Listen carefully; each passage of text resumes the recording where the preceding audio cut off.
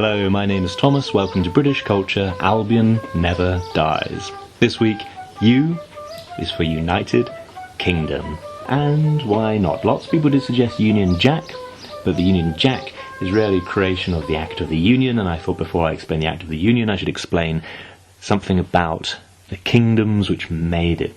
This is really a back to basics episode, because as I travel around the world, I come across people who've heard of England and the UK and Scotland and Ireland, but they generally don't know how it all clunks together. Which bit is which on this scepted isle? This scepted isle is, of course, the beginning of that wonderful speech by John of Gaunt in Shakespeare's Richard II. There are many, many divisions within these islands, and, it causes a huge amount of confusion to people outside the British Isles, which makes sense, but it also causes confusion to people who live within it. Being from a place doesn't necessarily make you an expert on it, in the same way that, the language that you're born and brought up speaking isn't always the language you're best able to explain, because the rules are just the rules, you said, because you said. And equally, if you live in a place, well, it's just normal. It's just the way it is.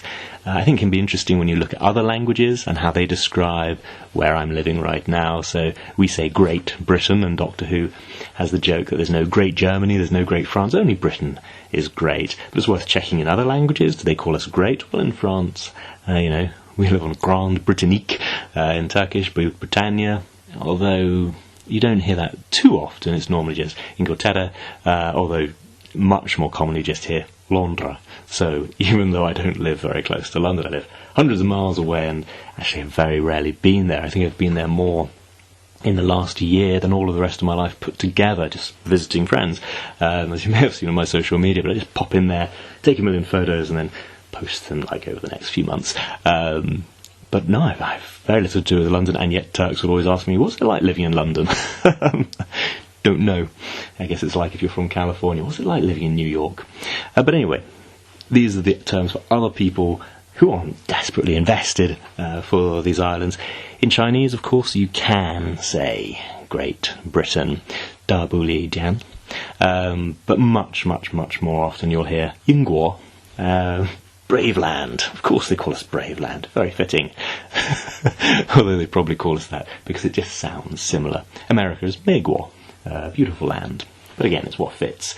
In the Facebook group, Britain, People, Places and Pastimes, where I often share these episodes and ask for input, I've often seen people write, Great Britain used to be great, but it's not anymore, which I think misunderstands why we're calling it great. Of course, I am in Great Britain because I'm on the biggest island of around 7,000 islands, which make up the British Isles. Around 7,000. Of course, it depends on your exact definition of an island. This definition doesn't include things that are generally hidden by tides once or twice a day, but they're bigger than rocks. They're things you can legitimately land upon and walk about on. So around 7,000. Again, estimates do vary. Not all of them are inhabited, of course, but I'm having a little look at the islands and the constituent bits. Of course, the biggest island is the one on which you have England, Scotland and Wales, although each of them possess their own islands. Then, of course, you have Northern Ireland on the island of Ireland, which also has many, many islands. And I will touch upon the Scottish islands like the Inner and Outer Hebrides, the Shetland Islands and the Orkneys, down south the Channel Islands, and, as I say, in the Irish Sea, the great big one, the Isle of Man. So we have a whole collection of islands that all make up the British Isles. And I'll include the island of Ireland there. It has become, I'd say political, because people confuse the British Isles with the United Kingdom, but of course the United Kingdom and Northern Ireland are those that are part of the Union, the Act of the Union, and remain part of the Act of the Union. So it is the nation state, or state of several nations uniting together. Oh gosh, this does get complicated. Maybe I should just go through it bit by bit. I'll start with the obvious, the senior, England. England, on the big island, Great Britain, was formed by Alfred the Great, who was the King of Wessex, became king in 871. Now, Wessex is largely the Midlands of England, roughly. But he was able to unite the different Anglo-Saxon tribes, the people who spoke English. He united them in order to fight the Vikings. This had been done before, several times. Kings would often unite the kingdoms around them, get rid of that external threat, and just go back to life as it had been before the threat. Alfred the Great was great because he was truly able to unite them, order them, organise them, and create institutions that would live long after he had passed away. He passed away in 899 AD, but the institutions that he created carried on, including the institution that is England and the Royal Navy. Although this is much debated by academics, but I think traditionally we've seen him as the man who founded the Royal Navy. Previous kings who united other kings did have navies which they put together, and again they disbanded very rapidly. The Royal Navy was a standing navy that he was able to create. Again, any medievalists are welcome to get in touch with me and we can talk about this. But he united what is largely the Midlands and the south of England. The north, of course, was under Dane law. It was ruled by the Vikings, and it's really interesting whenever you hear these debates about the north-south divide in England. What was under the Danes is largely considered the north, and what was governed by Alfred the Great is largely what we consider the south. One of the interesting results of this is that there are cities geographically further north than a neighbour that we might commonly think of as north, and yet that northern neighbour is actually considered southern by many, and often it just does match on to, the Dane law. Anyway, that's really the formation of England, unifying all these kind of Germanic settlers who displaced the Romanised Britons, uniting them against that threat of the Vikings. So we end up with this kind of interesting little state, still going today, called England. Of course, we don't really have the Danes anymore because the English were able to slowly erase them, slowly able to push them out, or rather erase their rule and fold it into England. So then we ended up with a border between England and Scotland. And Scotland's an interesting one. It's very, very famous throughout the world. Everywhere I've been, even in very remote parts of China, people have heard of Scotland. It has immense cultural clout for a place that is small and very, very, very sparsely populated in places. It just seems a fashionable place, and it comes in and out of fashion, whether in the kind of the Victorians had their biscuit tin view of Scotland and their craze for kilts and clan tartans, which were kind of a Victorian creation. I mean, obviously people from a place would naturally make clothes in a traditional way, but the idea of this kind of formalised genealogy of tartan, very, very much a 19th century thing. More recently, I guess in the 90s, you had this craze for Scottish filmmaking, Train Spotting, if you're interested in that, which made Ewan McGregor a bit of a star. Mrs. Brown, with Judi Dench and Billy Connolly, and even 1999's The World Is Not Enough, the Bond film, which kind of copied Mrs. Brown and a few other films with their kind of their warm honey filters, and Monarch of the Glen, which came later, 2000, 2005. It was a TV show which had a very kind of warm glow every time you looked at Scotland, a very honeyed filter. Of course, much of Harry Potter, the outdoor scenes, gets filmed in Scotland, but the landscape grows kind of darker and darker as the films progress, in line, of course, with the stories as the main characters mature, but it also kind of, I feel, reaches an apogee with the James Bond film Skyfall 2012, where you see this bleak landscape with glens formed by glaciers in the Ice Age. I do love that line when Bond says, we're going somewhere where they don't have the advantage, we're going back in time. And it's Scotland. I'm not sure how the series got away with that. Maybe because it's trumped by the later line, Welcome to Scotland, which in context is a pretty cool line.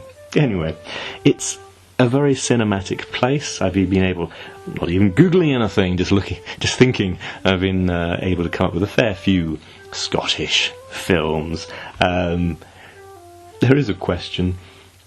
Does Hollywood know that Wales exists? I can't think of a Welsh film apart from the British film Zulu, and yet it's is full of culture and, of course, has its own language, Welsh, the oldest unchanged language in Europe. And, of course, what they have given us are wonderful, wonderful singers such as Dame Shirley Bassey and Tom Jones. So they've made quite their contribution to our cultural landscape. And, of course, Wales is famous for its mines, its singing, its unusual language. It's fair to say it was some inspiration for J.R. Tolkien when he was creating his race of dwarfs in The Lord of the Rings, and so their culture maybe gets fitted into cinematic history a bit, although I think in the movie Gimli has more of a Scottish accent than a lilting Welsh accent. Of course, Wales may be famous around the world, more of a thing that someone is prince of or princess of.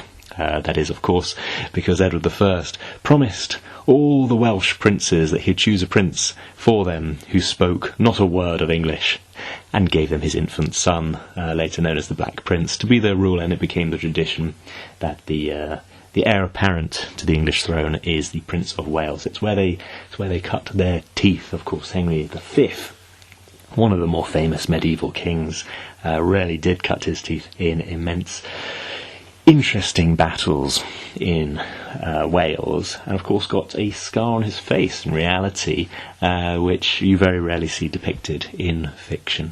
Anyway, I shall move on from that, Wales being a very, very beautiful place, but I have to fit in all the kingdoms, and it makes sense to touch on Ireland, Northern Ireland. I haven't touched on it as much in this podcast as I would like. I have had people asking me about Ireland and Northern Ireland, so, well, why not include it here? Ireland is, of course, the second biggest island in the British Isles, so Great Britain is the big one.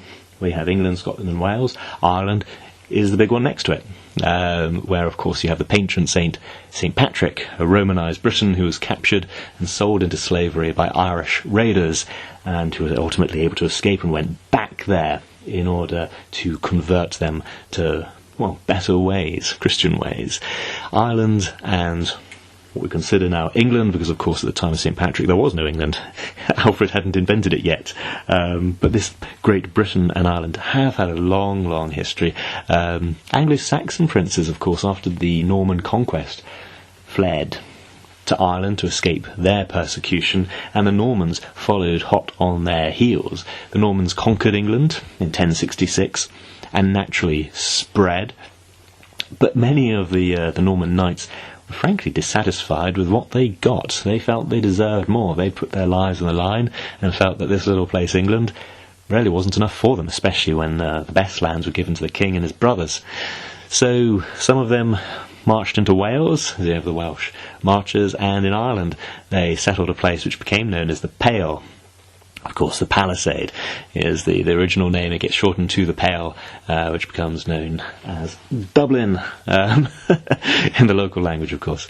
And Pale has entered the English language. I think in Apocalypse Now you have the great use of it when they're describing, the US Army is describing Marlon Brando's rogue colonel, Colonel Kurtz. They say, he's out there, totally beyond the pale of any acceptable human conduct. Beyond the pale. It's a literal thing. It is the fence around old Dublin, and those who lived beyond it, well, barbarians, and those who lived within it hopefully were civilised, although in time sheep grew like their shepherd, and shepherd like their sheep, and became quite the worry to the Normans. And of course in the English Civil War you have the role of the Irish who were coming into England as mercenaries, and so you have the Battle of Bristol as an intense fight, because Bristol could be used as a port by the king. The port faces Ireland, so it could have been used to bring in Irish mercenaries. So therefore the parliamentary forces, no taxation without representation, they were battling to keep Bristol. I mentioned in the O is for Oliver Cromwell episode his most famous barbarous act in Ireland, the massacre at Drogheda in 1649, the forces he slaughtered were both English and Irish, again being a continuation of the Civil War. It's hard not to talk about this without talking about the battles, because that's so often what's recorded. They're the sparks in history where heads are butted. But of course, cooperation is the majority of the history in interesting ways. I mean, much of the 19th century British politics was dominated by the topic Home Rule for Ireland. Gladstone's 1886 bill split the parties at Westminster in much the same way that Brexit split political parties today, and perhaps to an even greater extent. People often complain politics is so divided today. I must say I would much rather live with Brexit than live with, well, Gladstone's party-splitting bill, or indeed with the Civil War of the 17th century. But I find that really interesting. That has been a real thread throughout English history, and indeed because it ties into Welsh nationalism, Scotch nationalism, and if I talk about, say the Oxford history of England, actually encompasses Ireland and Wales and Scotland, because these terms have fluctuated throughout history. We've also used it in the same way that Alfred the Great does, which is people who speak English are English. Indeed, the American colonialists described themselves as English and referred to, our brethren in England. So it has been a very wide term, as well as becoming increasingly narrowly defined. Anyway, I say it's hard to talk about Ireland without talking about that, and Northern Ireland and the Protestant and Catholic communities who haven't always gotten along. And yet, the contribution to art and culture, it packs an even bigger punch. Of course, movie stars like Liam Neeson, who has recently been talking about how he did not become James Bond because the lady in his life told him not to, kissing all those other girls. And of course, Kenneth Branagh, who Rowan Atkinson has said, that man's done more for Shakespeare than Shakespeare ever did. And, of course, lately has gotten into directing films like Thor. He did this comic book movie. I was quite surprised at why he did it, but it seemed to be a fantastic career move. It demonstrated how well he could handle really massive budgets. I'm very glad always to see him in a Christopher Nolan film, and I've always thought, if only Christopher Nolan did a Bond film, then Kenneth Branagh would be the perfect M, if not Ralph Fiennes or Ralph Fiennes. Of course, in sporting history, Northern Ireland will always have had the greatest football player in British history, which is George Best, literally in the man's name, and he is eminently quotable. George Best, who once said, I spent a lot of money on booze, birds and fast cars. The rest, I just squandered. And also said, I used to go missing a lot. Miss Canada, Miss United Kingdom, Miss World. He also famously said, I've stopped drinking, but only while I'm asleep. And rebutted some of his critics by saying, people always say I shouldn't be burning the candle at both ends. Maybe they haven't got a big enough candle. And, finally, I just can't resist one more quote from George Best. I might go to Alcoholics Anonymous, but I think it would be difficult for me to remain anonymous. Great football player from the 60s. And, of course, we can go back further. C.S. Lewis, a Protestant from Northern Ireland, whose arguments with the Catholic English J.R. Tolkien became legendary. There are many books worth reading about that. I think Mere Christianity would be my favourite, but there are a fair few others.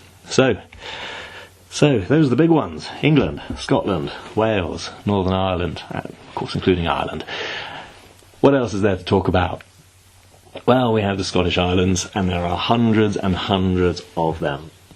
Just putting them into collections, we have the Inner and Outer Hebrides, the Inner Hebrides and the Outer Hebrides being many collections of Hebrides Islands, and I've been in and around them when I was navigating a little Royal Navy coastal patrol ship, because it is a very, very, very good place to learn navigation, because it's very tricky conditions, but it is also one of the most beautiful places I've ever been. The weather is striking. I've heard some Scots say dreich, and some Scots say dreich.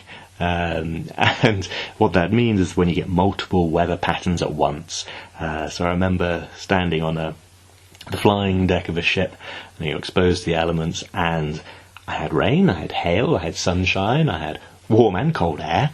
I had everything all at once. It felt as if I was on a movie set with people throwing buckets of different weather at me. And it's simply because these are the islands that face into the North Atlantic, and they break up weather patterns in weird and interesting ways.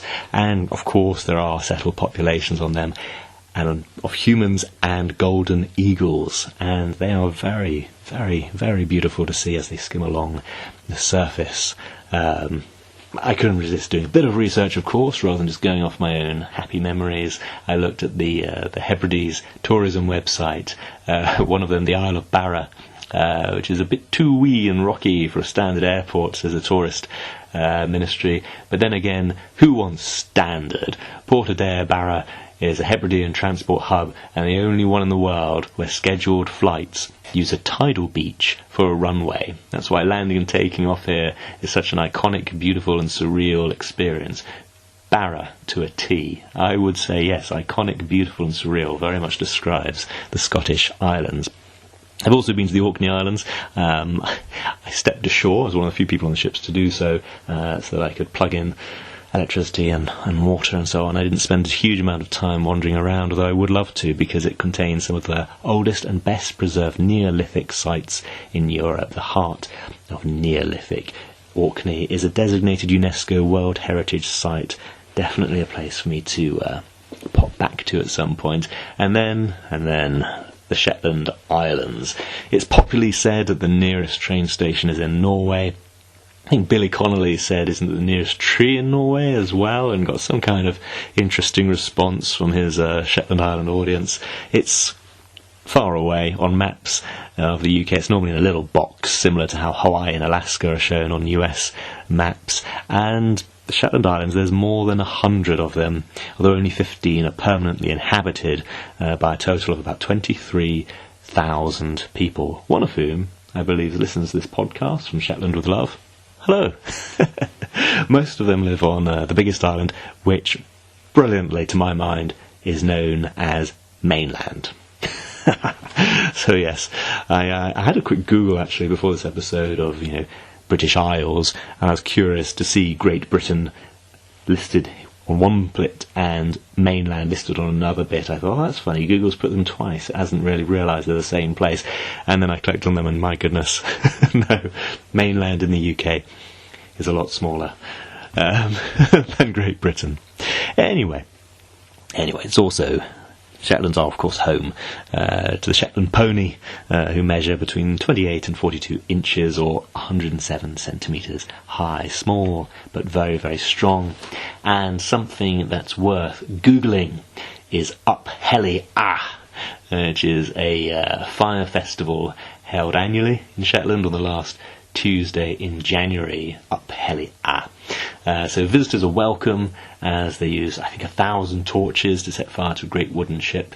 But it's very much a local event, so participants must have been a resident in Shetland for 5 years before they can take part in a squad and the procession. However, visitors are warmly welcomed in one of the halls for festivities after the procession, provided they can get their hands on a much sought-after ticket.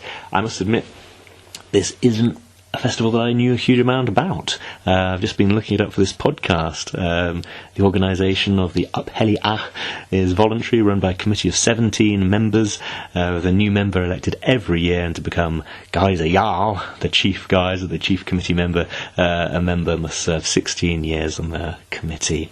But wow. The pictures of it are spectacular, so even if you don't have this as your recommended rabbit hole, I do suggest Google Image as your I'm not sure if that's even a rabbit hole. That's just a rabbit's blade of grass. Anyway, down south we've got some other islands, so I'll go through the English ones now. The Channel Islands. So when William the Conqueror came over, he was of course living in northern France. That's where Normandy is. Of course, over time, the Normans would lose their French lands. It wasn't the Normans, the Plantagenets would lose bits, and so on, so on, so on. Successive bits of the family would lose different bits. But anyway, the Channel Islands are the bits that remained. They are very, very, very close to France, rather than England, and therefore become the only bit of the United Kingdom of Great Britain and Northern Ireland, etc., etc., etc., to be occupied by the Germans during World War II, which by an odd result means that they are the only British people who were asked to drive on the right-hand side of the road. Barbaric. Anyway, the Channel Islands consist of the bailiwick of Jersey, which is the largest of the islands, with a population just over 100,000 people. And it's also one of the world's largest offshore financial centres. Keeps it in good stead. And they have their own currency, still using the £1 note. Then you have Guernsey, consisting of, Guernsey, Old, Sark and Herm. I don't think I've ever met anyone from any of those. The populations are too small. A friend of mine recently met someone from Stark, so he was pretty surprised. It's a very small island, I think a few hundred families. And then, of course, you've got the Isle of Wight. The Isle of Wight, famously, if you want to know what the Isle of Wight looked like 50 years ago, just go today. Life there is very much as it always was. I couldn't resist telling that joke to a fellow I knew from the Isle of Wight. I didn't know him very well, I just couldn't resist, and he was like, so you have been. Yes. Like all these little islands, they are beautiful. And there's one that I haven't been to but would like to go to, which is the Isle of Man, a self-governing crown dependency in the Irish Sea between Great Britain and Ireland. So the head of state is, of course, Charles III, so he's the Lord of Man. It's represented by Lieutenant Governor. The United Kingdom is responsible for the island's military defences and represents it abroad and so on, but it has its own parliament.